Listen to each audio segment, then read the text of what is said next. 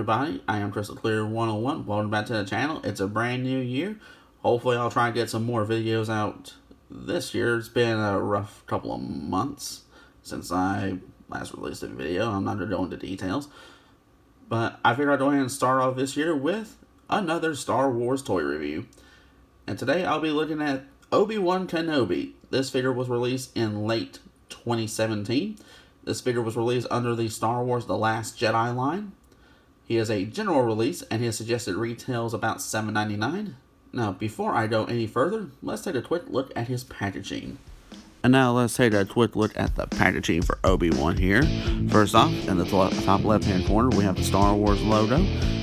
Now, off to the right, we have a great picture of Sir Alec Guinness as Obi-Wan. Speaking of which, we have the name of the character right underneath the picture. And also, bottom left-hand corner in front of the figure, saying it's a Force Link activated figure.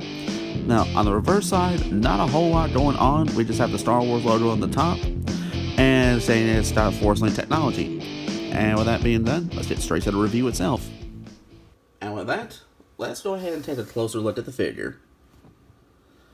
Now, first off, let's do a 360 on the figure itself. Now, I noticed that with the Last Jedi series of figures, there are a few characters that have been released that are not associated with the Last Jedi. This character being one. Also, there being Yoda. The Emperor Palpatine, he's really hard to find. Also, Jyn Erso, Chirrut and Baze in an exclusive 2-pack. I haven't checked, but I know those characters are available for this line. But, I would go ahead and say I've seen The Last Jedi. I got some really mixed feelings about the movie. I'm not going to give any spoilers or anything if you hadn't seen the movie. But, a number of the figures, I'll be honest, I'm really not that impressed with. But upon seeing Obi-Wan here, I had to get him. I mean, it's a classic original trilogy character. Why not? What could be possibly wrong with him? Well, let's go ahead and take a closer look at the figure. Now, I'll go ahead and state the obvious about this figure. Is that just like with starting with the Saga Legends line, late 2013, early 2014, I can't remember which year. He's got vintage style articulation. In other words, he's a 5 POA figure. In other words, head, arms, and the legs. And when I say vintage style, I mean vintage style as in the entire lower part of his robes actually come up with his legs. Kind of like the original, some of the original Kenner figures from the vintage era. Now, obviously, this version of Obi-Wan is based on his appearance from Episode 4, A New Hope. In other words, it's supposed to be based on the Alec Guinness Obi-Wan. And now, as far as the detailing is concerned, let's pull back his robe. Overall, I like the detailing that they did with the figure. I like the way the hair itself is done, right down to the beard, to the mustache. I mean, overall, the sculpt itself does look good. Let's take an even closer look. The eyes actually look pretty good. They actually look like they've been done rather well. Even the eyelashes have been painted. Overall, the head sculpt itself just looks really good. Now, he does come with this little rubbery vinyl type of cloak, cape, and I like the fact that it's already been pre-molded with all the wrinkles and everything. I mean, that just looks good. And the best part is that the very back portion of the robe itself actually helps with him standing. So, I like that already. And the various folds and wrinkles in the robe itself, that looks good. Let's go ahead and bring his arms up. The detailing in the belt. The fact that the belt itself has been painted. The buckle itself. And just the overall detailing. Now, as far as markings, as far as any kind of copyright information is concerned, I've honestly not really found anything. Let's see. Even the bottom of the feet. If there was supposed to be something right there, it's either faint, really, really faint, or virtually non-existent. Now, I know the one thing I was curious about was, especially if the figures are loose, how can you tell if these are supposed to be for The Last Jedi or they're from a previous line? Well, just looking at some of these figures, I can go ahead and tell you. On the bottom of their feet, they will have this little emblem in blue right down here on the feet. And that is for the Force Link connectivity. In other words, if you have the Force Link itself, matter of fact, let me go ahead and bring that out. If you have this little accessory right here, which is what you heard at the very beginning of the video, then it allows the characters to talk. And with the exception of the Kylo Ren that comes with this, from what I know, each one of these figures only has one line of dialogue. Now let's go ahead and get this activated. There we go. And he says, Obi-Wan Kenobi. Now that's a name I've not heard in a long time. and my only complaint, Obi-Wan Kenobi. Now that's a name I've not heard in a long time. is that is the only line that he has. To be honest, I would have liked to they gave him at least one more line of dialogue. Honestly, too. I would like to have at least heard like one or two other lines from this version of Obi-Wan.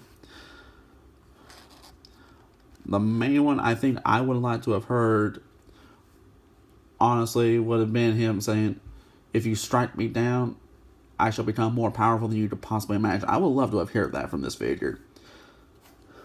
Now, as far as the accessory is concerned, let's bring in the lightsaber. Now, I would go ahead and tell you the one thing I like about this lightsaber. I like the detailing that is on the hilt. Overall, the hilt itself is very detailed, right down to where the grips themselves would be. As you can see, they just stand right out. Right down to a little belt loop right down here on the bottom of the hilt. However, the figure itself does not have a little loop to latch it on. Even if it did, it would be pointless since the blade itself is non-detachable. Speaking of the blade, it is done up in this translucent blue plastic. Now, the only complaint I have with the lightsaber is the fact that straight out of the packaging, the blade is bent. That is my only complaint I honestly do have. Now, as far as how the figure itself looks with the lightsaber, he can only hold this in one of two poses, really.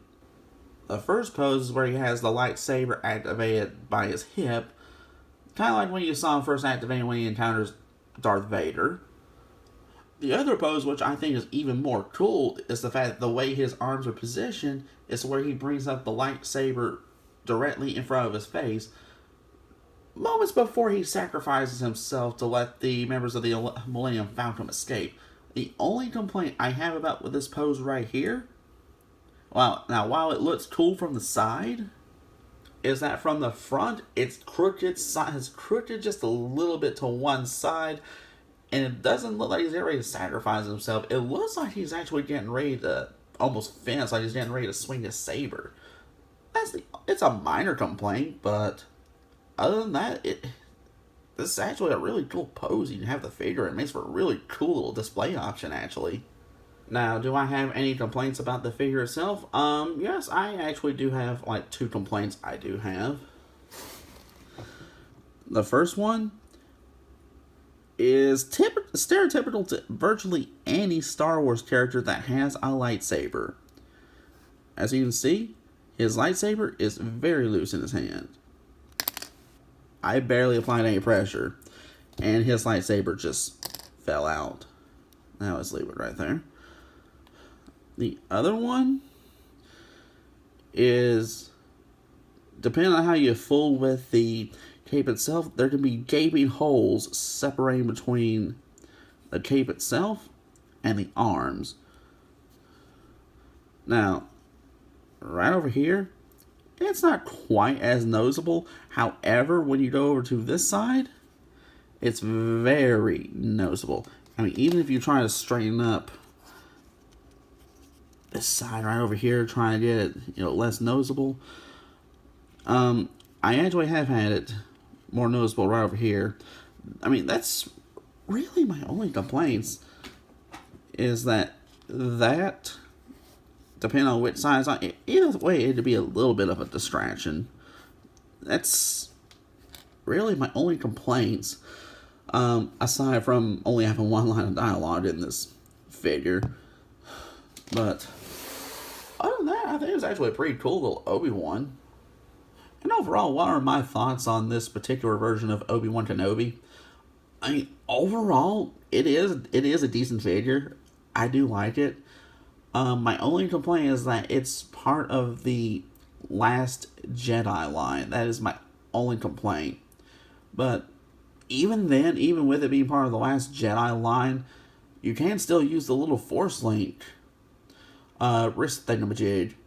I'm not going to try and get it correct, but the fact that he actually does have a line of dialogue, and the line itself is Alec Guinness. I do like that. Now, is this a figure I would go out of my way to try and find add to my collection? No. Reason I have him is when I checked to see what Star Wars figures my local Walmart had, he happened to be there. Him and Yoda both happened to be there at the same time.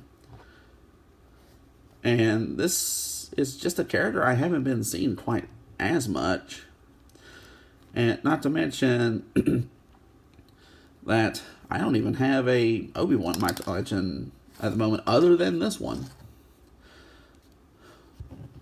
But, I mean, if you do find him and you like Obi-Wan, especially the Alec Guinness Obi-Wan, he is cool. He makes for a nice little display piece. But I wouldn't try and go out of my way to try and find him. I mean, if you can find him for a reduced price, that would be preferable. But other than that, I would not try and go out of my way. If you happen to find him, yeah, he's worth picking up. But aside from that, I don't have many qualms about the figure. I think he's actually pretty cool. But that'll wrap up my review on the Star Wars The Last Jedi Obi-Wan Kenobi action figure. Be sure to rate, comment, and subscribe, and I'll see you in the next video.